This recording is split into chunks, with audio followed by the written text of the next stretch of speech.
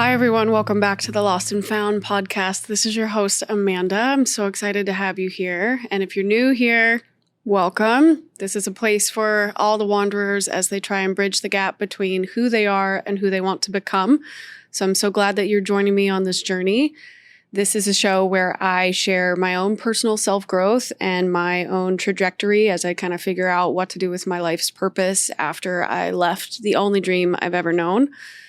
And welcome to me navigating my 30s in kind of an unpredictable way. But this is the best way that I've figured out how to kind of deal with all of those uncertain moments, difficulties with tolerating risk and fear and curiosity and creativity all into one. So I'm just welcome. Glad you're here.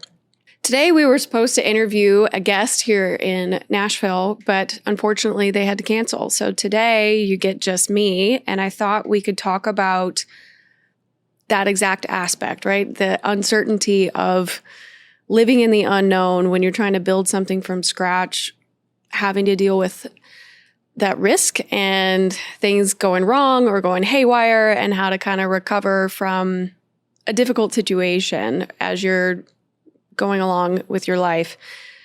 So this was really a very unplanned moment. So I hope that I can get all my thoughts in order, which is why I have my laptop here with me today, right in front of me. But I'm flying by the seat of my pants. It's okay. I've never actually recorded a solo in the studio, so it's very different for me. Usually I'm at home, so this feels very legitimate. Anyway, get into it. This real-time lesson in how to tolerate uncertainty when you're, building a life that you're dreaming of, building your tolerance for the unknown, and, just embracing the human condition, right?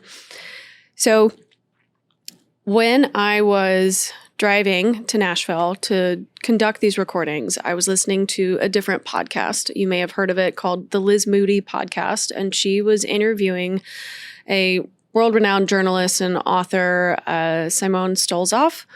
And he was talking to her about all of the research that he did in uncertainty and insecurity and how people deal with and build a tolerance towards risk and how they can make difficult decisions easier, even if you don't know what the outcome would be with either decision A or decision B, how to make a choice between the two. And so I found that his podcast interview was absolutely fascinating, and I want to go and buy his books and read them because he got started talking about career decision making, and so how to know when to leave a job or stay in a job and build your career trajectory and what to do when career trajectories like that pivot unexpectedly.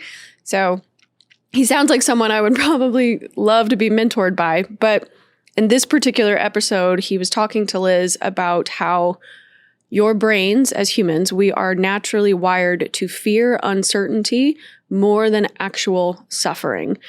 And so he talked about a study where since the 1980s, this study was being conducted on people, and these people ended up preferring a guaranteed painful shock over the 50-50 chance of getting one.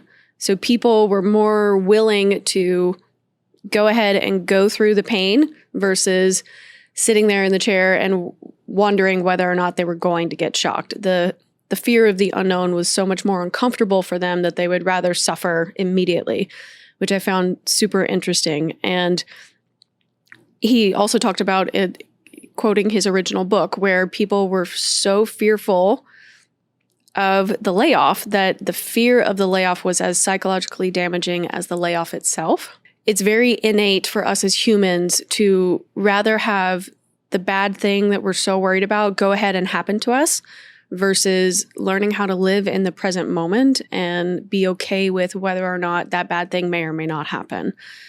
And so that's not necessarily you being weak or ignorant or necessarily lost or incapable. It's just built into our biology already. And so it made me feel a bit more secure with my past self when I was in trouble or when I was being, upset or bothered or bullied at work and not being able to stand up for myself or not know how to do certain things or how to make certain decisions when I was younger. Because the truth was, I probably wasn't comfortable enough with that situation yet. I wasn't able to be tolerant of those types of situations. And it makes me super proud of the future version of myself that I became, right? Because older Amanda, wiser Amanda, now has more experience and can understand why younger Amanda did what she did, you know? Uncertainty is only getting more and more prevalent for us in this day and age because so many crazy, tragic, chaotic, wild things have happened to us in the last, 5-6 years, right? You've had COVID, you've had wars break out, you've had cybersecurity breaches, you've had economic downturns, you've had the rise in living expenses and education issues and debates, and now we're back at war with Iran and all sorts of things, right? Our women's rights are being attacked in certain places. LGBT rights are being attacked in certain places. It's getting worse because you're constantly bombarded with your computer. Your cell phone is in your pocket all day long, and you're seeing all of these things happen to you. And so you're constantly bombarded with so many things that feel uncertain, so many things that feel outside of your control, so many things that are starting to either make you angry or ambivalent or fearful, and living in an environment of just constant anxiety. And so it can be really, really difficult, no matter how old you are, how experienced you are, how informed you are, to be able to make decisions about your life, because according to everything else around you, everything else that you're observing, it's a really, really scary place to be right now. So I'm hoping we can kind of unpack all of that together today a little bit and at least explain to you one of the personal things that has been happening to me over the last couple of weeks that taught me a lot about uncertainty and how people may have different tolerances for risk and uncertainty and how that impacted me. And then what I've learned from this podcast episode with Liz Moody and Simone.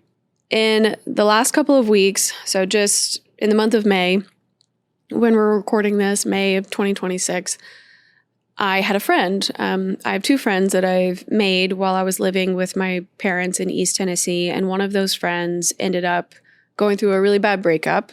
And while me and the other friend were aware that things were going on and that our friend was unhappy, we weren't expecting the breakup to happen so quickly. And so about 3 weeks ago, we all met up to go to brunch. And when we picked our friend up, she told us that they had broken up that morning, a couple hours ago before we picked her up. She was kind of still in shock about the whole situation. And so were we, because we weren't expecting it. But because she lived with her partner at the time and it didn't end very well, she was asked to give the key back, and she needed to pick up a few things to take with her and figure out some place to land until she could figure out what she was going to do next. Because her job is in East Tennessee. It's in the area. So she can't immediately leave. And her family all lived in North Carolina. And so myself and our mutual friend, we offered her both places, hey, this is what's going on in our lives. You're welcome to crash here for a little bit till you can figure out where you're going or what you need to do. And so she ended up choosing to stay with me. And so I had a spare room. So I rearranged things, brought her in. She brought her dog, and we have been staying together for about the last 3 weeks at this point of recording. And so I would obviously offer to be there for her. She could use anything she wanted. She could stay at the house. She could take care of whatever she needed to take care of. But I was obviously moving to Tampa. And so eventually I had to pack up my house and I had to get things in order. And it was a short timeline that I could offer her.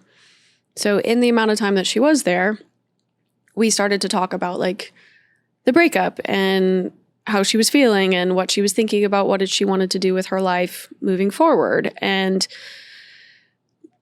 there were a couple of moments where she would come into my room and she'd start telling me about what had happened when she went back to the house and when she went back to pick up a couple of different things. And as she was packing and unpacking what she did have with her, she wasn't fully sure what to do next. She is younger than me and in her late 20s. And I think this would have been the first like major breakup she had really been through. And I remember that moment, I remember, and not counting like the high school romancy stuff, like you stop holding my books in the hallway and holding my hand on the bus or whatever, not that kind of breakup, like a genuine heartfelt breakup in your 20s. I remember what that felt like. And I remember how devastating it was to lose your sense of self and lose your sense of routine. You get so used to being with someone, waking up with someone, seeing them in the morning before you leave for work, and at night when you go to bed. They're there with you on the weekends. You share chores, you share responsibilities, you share family time, you share everything, right? And so to have that ripped away from you so quickly in a divisive and decisive moment can be very difficult. And learning to build a new routine after the fact is hard. It's really hard. And so in my typical Amanda fashion, I want to be caretaking. I want to be hospitable. I want to be welcoming. I want her to feel safe.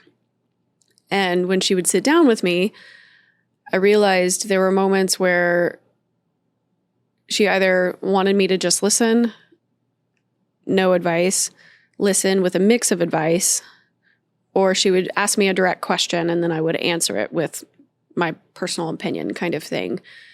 But every time I did that, I thought that I was giving her objective advice or objective things that you could do after this breakup or the decisions to make next, right? I try to ask her like maybe probing questions, if you weren't worried about money or your job, where would you want to land? Where would you want to live? Do you want to stay here? Would you want to be near your family? Would you want to be somewhere completely different? Trying to get at kind of the core of her real desire in this moment.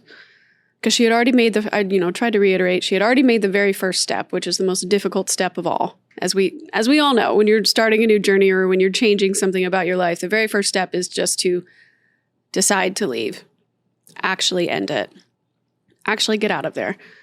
Step number 1, decide you are no longer going to tolerate what you do not want to tolerate. Step number 2, you get out.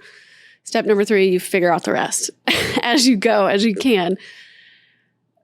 And I tried to give advice that made sense based on my own personal experience and my own wisdom. I realized as I was listening to this podcast between Liz and Simone, your uncertainty tolerance is like a muscle. And so just like any muscle, some people have been training it a bit longer, and your tolerance for risk is very similar, right? Your capacity to handle the unknown is actually shaped by your age, your accumulated life experience, where your family's from, your personal childhood and your upbringing, your own attachment style. Are you secure, anxious, or secure, anxious, and avoidant? Avoidant. That's what it is. I'm like, what's the other word it's not me, the one that I'm not. Your own personal history with risk. Like, when's the last time you ever took a leap of faith on your own? When's the last time you ever just like listened to your intuition and you followed it directly, even if it didn't make any sense, right? And also your own level of self-confidence, right? How much confidence have you built over time through your own personal experiences, through your own previous breakups, through your ability to have self-trust? I realized looking back now, as I was listening to that podcast episode, I was feeding my friend what I would do, what I would have done, what 27-year-old Amanda would have done in that particular situation, what 27-year-old Amanda would have thought or wanted or desired, or how she would have thought through the problem. I don't think I was quite as equipped as I thought I was to help my friend think through the problem as herself. What would you think about this? What would you want? And the thing is, I know that she's probably struggling with the thoughts of, oh my God, I have to start over. Oh my God, I have to decide, like, I thought I was going to be with him, be with my partner. And now I've got to figure out what happiness means to me, what happiness feels like on my own, what I want on my own versus what I thought I wanted with him. And it's kind of terrifying if you used to be so enmeshed with someone else, pulling yourself apart. It's like undoing a knot of wires, right? Like when you go back every year to put up your Christmas lights, or if you have Christmas lights, if you celebrate, it's why it's so important to make sure that they're tied up separately, because if you go back, they turn into just a giant ball of nonsense and you have to untie them. I'm sure that's kind of metaphorically what it probably felt like in her mind and in her stomach. Like, I have to take this apart. The options in front of her probably felt like, do I stay with what's comfortable? Do I stay in the current town that I'm in and live with new friends, or go out and get an apartment on my own and stay with what I know? Or do I kind of take the risk and I go home and I put everything in storage and I think about finding a new job in a new city, or new in the sense like starting over there? Or you could even do the third option, which is what I tried to get her to explore a little bit more. You know, if money wasn't the problem, time wasn't the problem, where would you like to go? Where would you want to explore? What's something you've been thinking about doing for a long time? And like for me, that was how I kind of came up with the Tampa thing, coming up with Florida. Really, the dream was San Diego, but I can't afford California, and not even Californians can afford California. So living in San Diego is probably not the best idea, but that's why I came up with the idea about Tampa. You know, like I've always enjoyed it when I visit there. I have friends there. It's a little more my vibe and lifestyle choices. I feel like living with more sunshine and being able to be outdoors more would boost my own personal thoughts and self-worth and confidence and freedom. The feeling of freedom, to be able to be in a place where I feel like my future self can actually come forward. She can come to fruition the way I've wanted her to come to fruition. And I don't know that my friend had necessarily ever thought about her future self in that way. But when I asked her, you know, what would be your dream? And she said she wanted to travel. She wanted to go see different parts of Europe and the Scandinavian areas. She had always, you know, done a lot of research on those cities and those countries and found it absolutely fascinating. And she wanted to go explore and maybe work there for a few months. And I thought that was a great idea. I did not do like a backpacking tour or like the college break, you know, the year of backpacking in hostels and all that jazz in Europe. I never did that. I've only ever been to Europe with either friends or with my family. So I've never done a solo trip through there.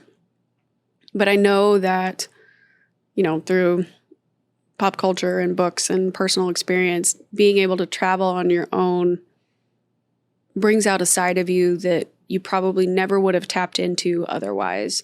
And so I loved that answer. And I definitely tried to encourage her, like, yes, totally, do it. Move home, put all your stuff in storage, quit that other job, go try it out, see what happens for a month, you know, and then come back, right? See how you feel, see what you want to do. Because the jobs will always be there. You'll find something. And I don't know that leaving your job was actually really the right kind of advice to give my friend, because let's be honest, it's not a great time in the economy right now. And so I understand her hesitation and her fear about letting go of something that currently is a sure thing, even though it may not be her ideal job. It may not be the most fulfilling job, but it's helping her live and survive right now. So I understand that it's a very tough decision to figure out those things. So that's why I really loved this podcast episode that I listened to, because the host and the guest talk about these things, and they talk about how difficult it is to make these types of decisions, and they help you come up with counter questions to get to your own conclusion. So I wanted to kind of go through those things, and, you know, I wanted to relate it here that, like, I fell for the outsider looking in trap, right? I assumed that because she was asking for friendship advice, that I should give the friendship advice. But the reality is that I don't know that my advice was truly helpful, because she has a completely different life from me. She has a completely different level of tolerance for risk than me. Because I have gone through breakups. I have been able to lean on my family when I needed to come home and lick my wounds. I have been able to have money saved and be able to live off of that money until I could find another job. Somewhere between 2017 and 2018, I had a job offer from the White House, and I was still a contractor at the FBI, and I left to accept that position, because I had signed all the paperwork, I was just waiting on the start date. And the current contractor at the time that I was working for found out because my security clearance was being requested to be transferred from the FBI's database to the Executive Office of the President's database. And of course, the security officers in the FBI told my contractor boss. He pulled me in for a meeting and was very agitated about it. And at that point, I was pretty fed up. And so I put in my notice for the training date that I thought I was going to do for orientation. And it didn't work out. During the first Trump administration, the division that I was going to work for was dismantled in like 3 weeks between me getting that job offer and my start date. And there was nobody there to pick up my clearance. And so I kind of straddled, the life of non-work for about 6 months until I could get another company to pick up my clearance and bring me in for a new job. But those 6 months were absolutely terrifying because you're just watching your savings go down and down and down. And eventually I got a retail job at Ann Taylor. Anyway, the rest is history. But I was using my perspective and my frustrations and putting that on her, like internally. Like I never said anything to be offensive to her, but it was funny looking back now that I was frustrated with her not coming up with a decision about what she wanted to do quickly enough, right? Like that's so silly. Like, because when you're watching someone that you love not reach a conclusion at the pace that you're expecting them to, it's really easy to frame that other person as being stuck or behind or indecisive. But what's really happening is that the other person just doesn't have the same tolerance for that decision making that you do. They don't have the ability to tap into that third perspective and come up with what their future version would want to do or want to say to that answer. Usually what's happening when people are uncomfortable with uncertainty, they're doing one of two things. So they're on one end of the spectrum. They're either over gathering information. So they're researching everything. They're asking everybody else's opinion about what to do. They're running through the thought experiment over and over and over. They're coming up with every possible scenario that could ever exist. And they're making sure that they have all their ducks in the row for every single possible scenario before they fully make a decision about what to do. And then you have the opposite end where your friend could be rather impulsive and they could just be making a rash decision to try and make those feelings stop. Oh, well, we broke up. I'm getting out of here. I'm going to sell everything I own, put me and my dog in the car and just drive all the way to Seattle and start over. It's like, okay, do you want to do something that rash? What are you going to do when you get to Seattle? You don't have anything. You can't move into a place yet. You don't have enough money saved for a down payment on an apartment. You don't have a job in Seattle. Why Seattle out of all the places? You don't have family there. You know what I mean? So just the two different extremes are what does happen sometimes. More often than not, the vast majority of us are falling somewhere in the middle. But both extremes are bad because both extremes don't allow you to fully process what's happening to you. And they don't really give you the opportunity to make what could have been a better fit decision. I'm not going to say that you would make the right decision because nobody knows if you're making the right decision. Only hindsight can really tell you that. But the main thing here is that neither one of those is right. The over-gatherer, the over-analyzer of the information, where you get so much info, you get stuck because you're paralyzed by all the options. Or you don't care about any option. You're just going to do what impulsively feels good so that you can avoid feeling the pain, feeling the anger, feeling the frustration, feeling the fear about what happened to you in that moment. But what they talked about in this podcast is that what your friend or the person you love that you're watching trying to make this decision What they might actually need is just time to proximate to the experience, not really try and get advice from you or from someone else who has already made their own version of a decision for what they should do. And so you really aren't supposed to impose your own threshold for tolerance onto somebody else, your threshold for uncertainty onto someone else. Your friend or the loved one, they have to develop their own relationship with it. I thought this was a great topic for us and all the wanderers here at the Lost and Found, because that was the crux of this show originally. You know, these are the big life questions that are paralyzing us all day, every day, especially if you're a millennial and you're debating starting your life over and you're watching everybody, online talk about the great millennial career crisis or the great identity crisis or what's going to happen to us because we're upending and losing jobs and industries that are changing faster than we can fill them and learn skills for them. What are we going to do? And the younger and younger generations are getting more and more depressed and suicidal and lonely and disconnected. So, it's terrifying. And I'm still trying to, think of something else to say. But really, the big question is like, what the fuck? What do we do? So I know some of the most common ones that are probably paralyzing you, include things I've thought about as well. So should I move? Should I leave this relationship? Should I have kids? Should I change my career?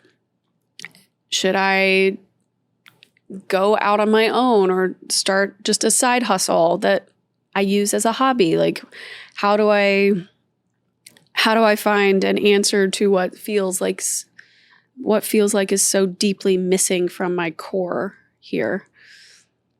And in the podcast, Simone talks about the distinction between acute uncertainty and ambient uncertainty, that there are two different main types.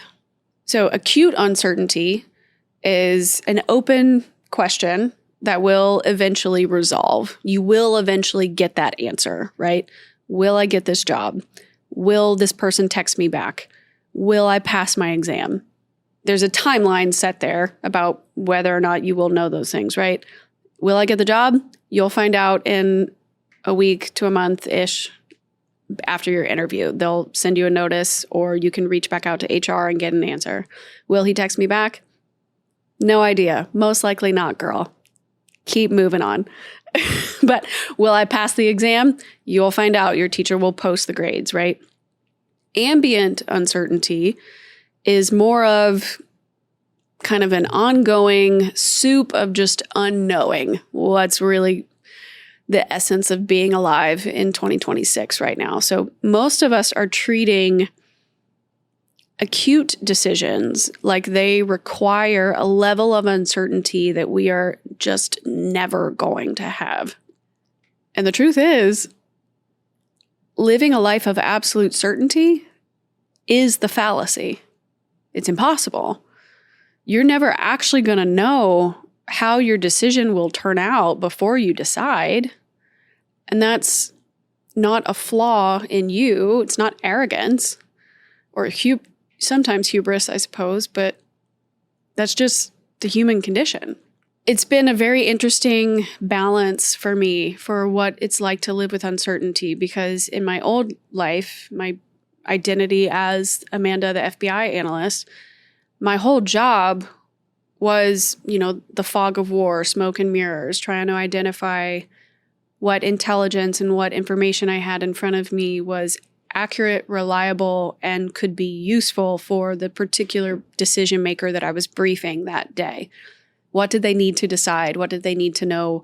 And what were the gaps that they needed to be aware of? Not only their own personal biases, but in the intelligence in and of itself. Where are the gaps that need to be filled?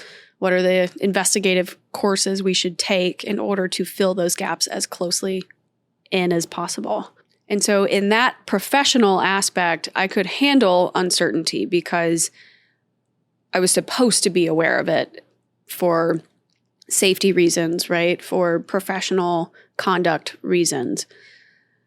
But in my personal life, I wanted things to be normal. I wanted things to have an expectation and a routine and a cadence to a certain extent, right?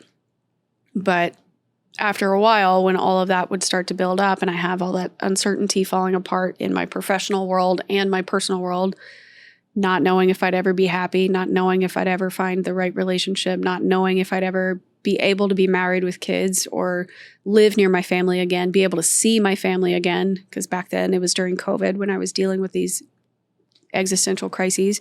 That acute uncertainty I could deal with, but the combination of having too much ambient uncertainty was almost too much to bear. And so I think moving forward, I may not know what the path is going to create for me if I decide to walk in this direction, to leave the FBI and start podcasting. Like, I may not know what's going to come of it, but I know how I would feel 80 years down the line, 50, 80 years down the line, if I had never tried. Would that version of Amanda, the future version of Amanda, when she's old and gray and can't do these things anymore, would she be upset for me not trying? And the answer was always yes.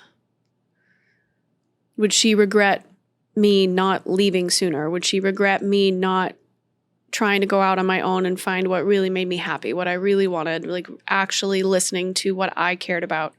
And the answer was always yes. So I may not know what that path looks like yet, but I knew that letting those big life questions continue to paralyze me wasn't necessarily keeping me safe the way that my brain thought it was, right? Oh, I have so many decisions to make. I'm just not going to make one. So that way I can stay exactly where I am. I can be comfortable. I can be complacent. I can be okay with this certain community, this certainty that I am aware of. And if I had stayed, I don't think I would have made it to where I am today. I don't think I would be able to create what I'm creating now. I don't think I would have become as articulate or as connected to who I am as a person if I had let those big decisions paralyze me from making any kind of change in my life. So I want us to kind of think through the decision frameworks you need to use the next time these big life decisions come up for you, right? The way that my friend had to deal with her breakup and her next steps moves. But when you have a low risk tolerance and you have a low tolerance for uncertainty and it scares you, these are the kinds of things I think you should work through when you have an acute uncertainty question in front of you. Let's say you have a problem, right? We'll use my friend as the example. I'm going through a breakup. I need to figure out where I need to go next. What do I do? How do I think about this? So the first thing you would ask yourself, can you influence the outcome? Yes or no, right? Oh, I can only influence up to a certain point. We can't get back together, so that's out of the question. What I can do is ask my friends for help, ask my parents for help, figure out when I can rent a storage unit, where I can rent a storage unit. If I'm going to move, I can figure out when to rent a moving van, where to take it, where to drop it off. So the key here is figuring out how can you actually influence the outcome. Even if it's something really small, do what you can now, and then stop trying to control what you can't control. Next, can you prepare for multiple results? His main argument in the podcast was that you can contingency plan for a problem instead of clinging to only one vision for how this has to go. Maybe you thought, all right, I'm in this relationship. We're going for the long haul. It's going to be amazing. We're going to get married. We're going to have the kids. We're going to have an amazing, happy, perfect, beautiful, sunshine, rainbows, white picket fence life. Ta-da! Turns out communication breaks down. You guys go further and further apart from each other. It's like turning into roommates that are ships passing in the night in the hallway. The relationship breaks up, breaks apart, ends. when you are clinging so hard to that contingency plan of just one version of your life going, you don't really think through, okay, if in the future we break up, what could I do next? If in the future we separate and then work on getting back together, we go to couples therapy, we spend a year apart finding our way back to each other. Okay, that could possibly work. Or we break up, I start completely over and I do my whole version of eat, pray, love in your late 20s, whatever it is. You start your life over and you become the most vibrant, colorful, creative, connected, love-filled version of yourself. What's the worst that could happen? Have a contingency plan for that. And what's the absolute best thing that could happen because of that relationship ending? And have a plan for that. If you feel like you are prepared for multiple ways a scenario could go, it won't be so terrifying once one of those scenarios happens because you've already thought through, all right, this is what I would do for myself. It's more of an empowerment thought process framework for you to do. Another way to frame your question if you have a problem, like, all right, think about the only option test. So this is a test where if both choices would make you happy as the only option, then the decision probably matters a lot less than your anxiety is telling you it does. So the example that he gave in the podcast episode was, all right, you've been offered an all expenses paid vacation to Paris and a all expenses paid vacation to Rome. Oh no, each one has its pros and cons. Paris has this, Rome has that. You're gone for the same amount of time in both cities. You're with the same people in both cities. Everything is absolutely the same other than the location, but you're unable to decide which option you get to choose. Both of them sound super exciting to you. Both of them sound like they would have been great options. Okay, well, now you can only go to one. Let's say you can only go to Paris.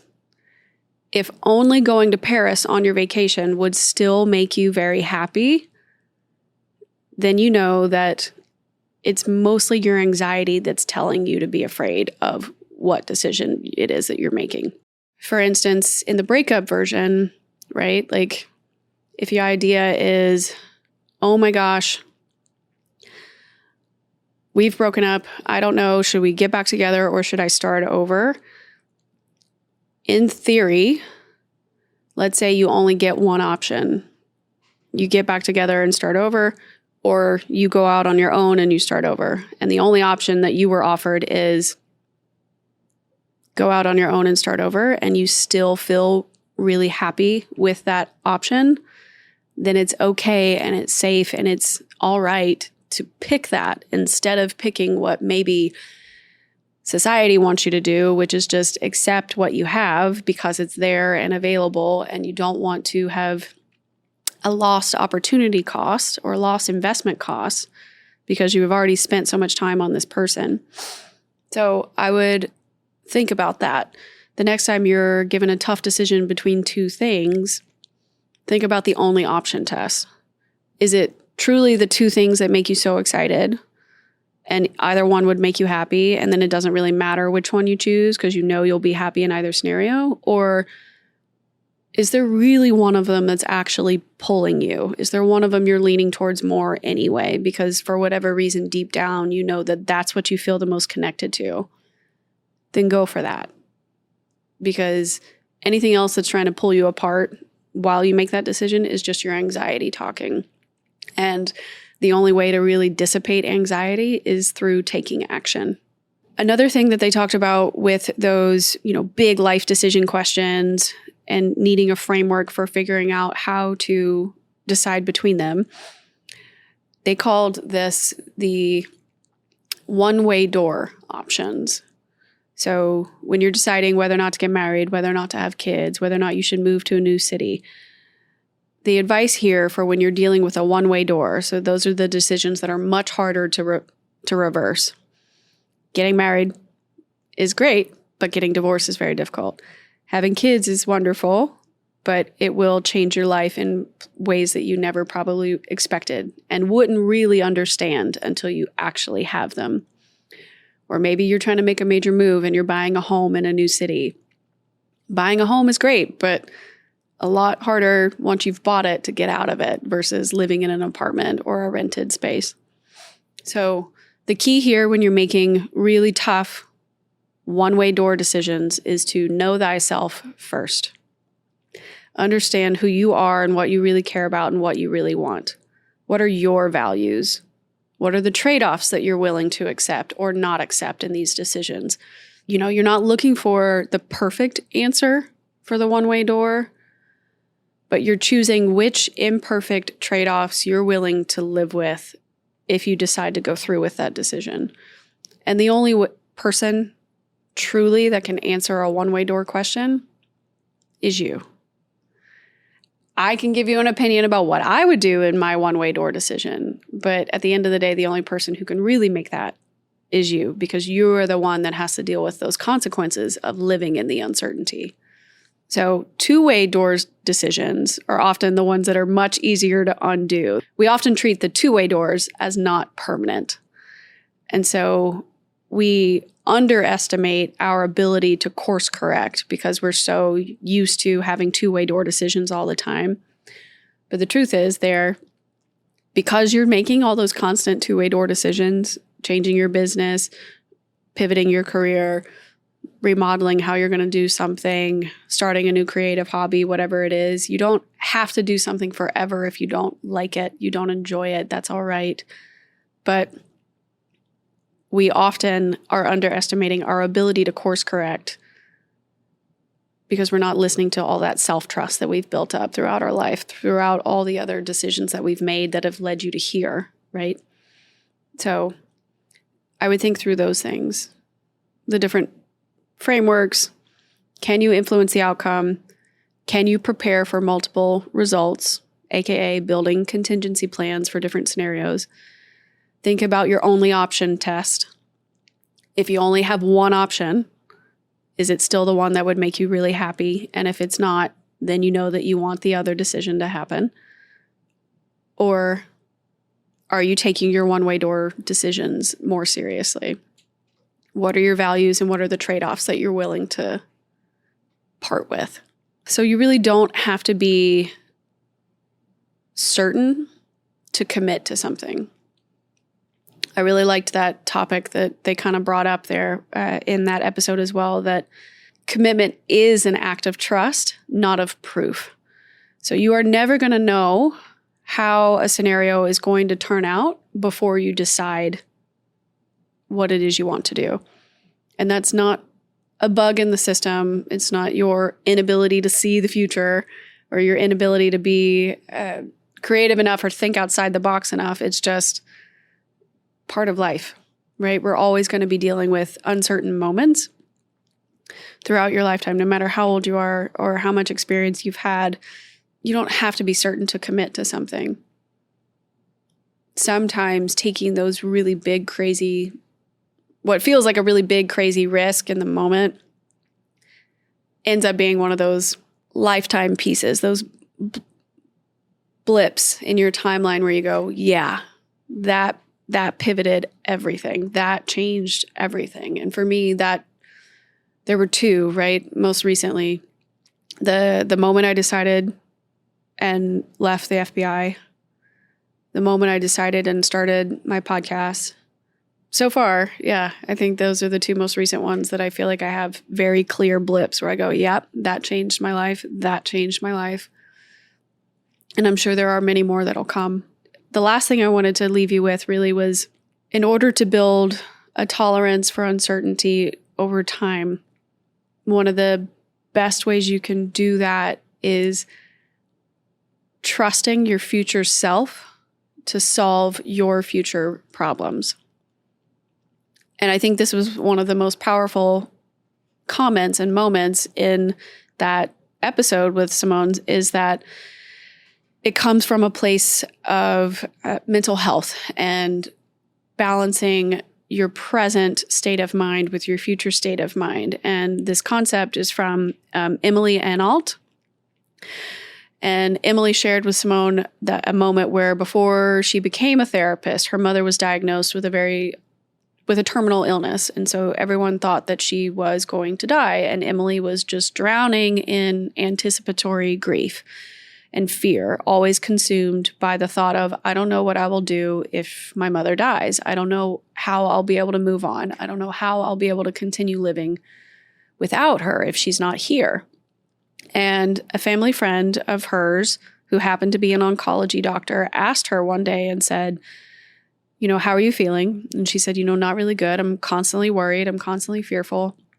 And he said, the version of yourself that will deal with that tragedy, if or when it comes, will be born into existence in that moment. That version of you will have more information, more context, and be better equipped to deal with that event than the version of you today. So you have to trust your future self to solve your future problems.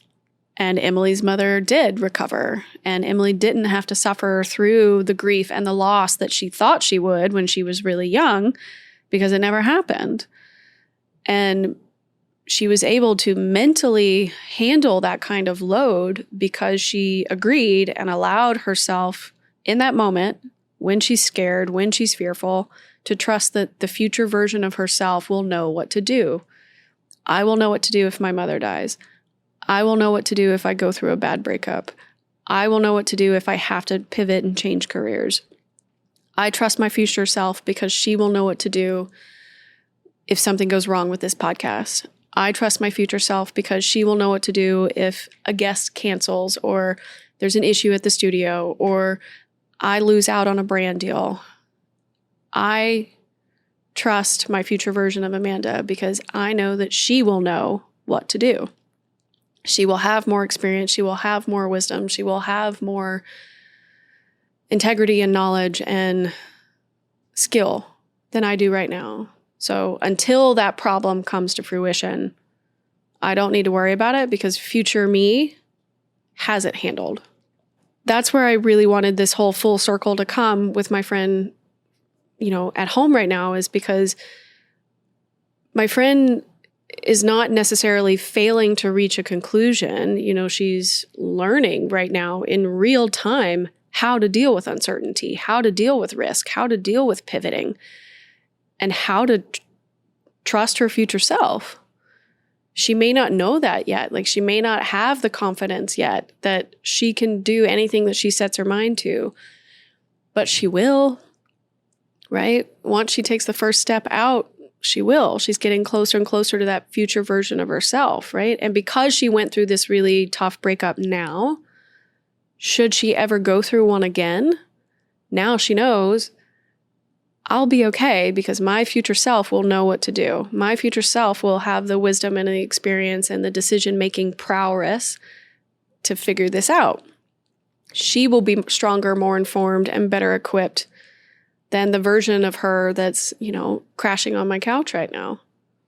And it doesn't feel tangible, right? It doesn't feel accessible. It doesn't feel like she can reach out and be that person yet.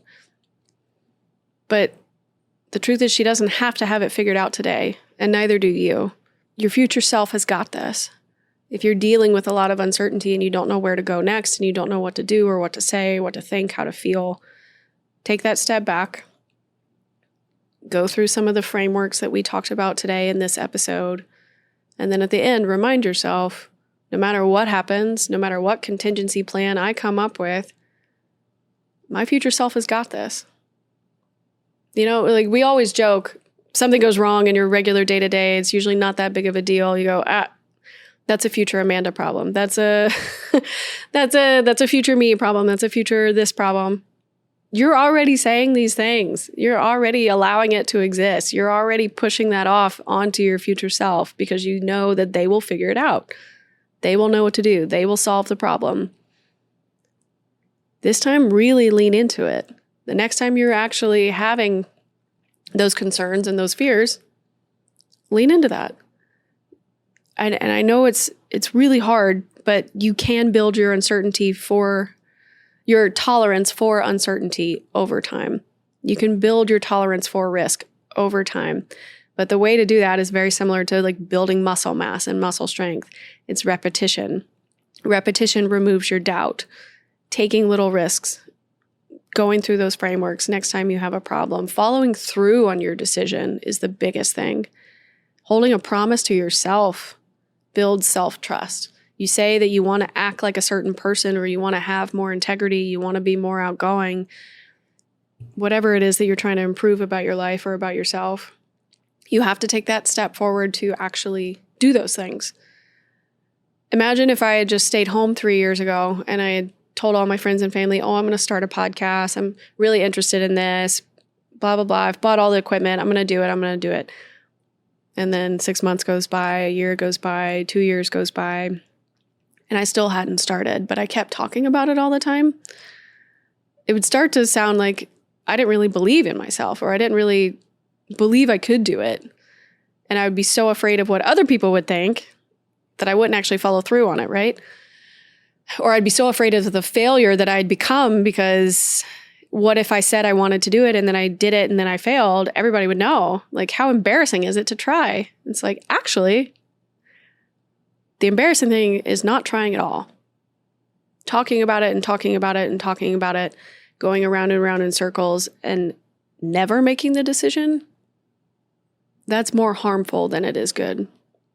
I want you to just think about the most uncertain season that you've lived through recently, or ever, I suppose. What did you live through? What helped you back then? What came out of it that you couldn't have anticipated? Because that's your evidence. That's your proof of you building this risk tolerance muscle, this uncertainty tolerance muscle. You just didn't call it that in the moment. I know you can do this. I can do this. You can do this. My friend back home, she can do this. She can handle it. I believe in her. I love her. I know that she'll find a way out, and she will find a way back to herself, and she will feel more confident and loved and alive and hopefully appreciated wherever she goes next. When you don't know which direction to go in, ask yourself what the more expansive choice is, not the safer one. Because the one that makes you feel like you are opening something up, that you are cracking into a deeper part of you rather than closing it off, that's the decision that's going to change your life. It might feel risky, but that's the one that's going to make the biggest difference for you. And I hope that you build up the tolerance and say yes. Thank you for being here. Thank you for supporting the show. I hope today's episode gave you a new perspective, or at least helped you feel a little less alone as you're making these tough life decisions and major life transitions or pivots, and ideally helps you get a little less stuck and feel a little less lost than you were before. Rate, review, subscribe, reach out to me via email, submit your listener questions, hello@podcastforthelost.com. You can find me everywhere on Instagram, TikTok, and YouTube at Podcast for the Lost. And remember, wanderers are always welcome.